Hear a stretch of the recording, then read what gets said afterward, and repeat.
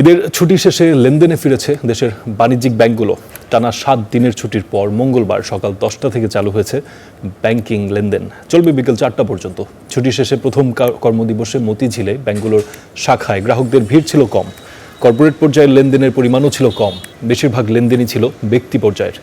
মঙ্গলবার কম সময়েই লেনদেন করতে পেরেছেন গ্রাহকরা। ব্যাংকাররা বলছেন, ঈদের ছুটি শেষ হলেও এখনও অনেকেই ঢাকায় ফেরেনি, ফলে ভিড়ও নেই ব্যাংকগুলোতে।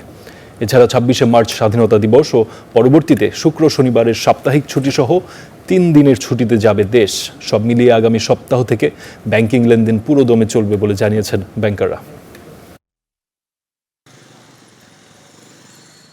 ঈদের বন্ধের পর 1-2 দিন পর আমাদের একটু উৎসবের আমেজেই কাটে, সেই তার এইবারও তার ব্যতিক্রম নেই, সেইভাবেই অফিস শুরু হয়েছে। তো এটা প্রতিবারই এরকমই হয়, ঈদের পরে 1-2 দিন সাধারণত কাস্টমার উপস্থিতি কম থাকে এবং গ্রাজুয়ালি এটা আস্তে আস্তে স্বাভাবিক হয়ে আসে। তো আমরা আশা করছি যে আগামী রোববার থেকে স্বাভাবিক লেনদেন শুরু হবে।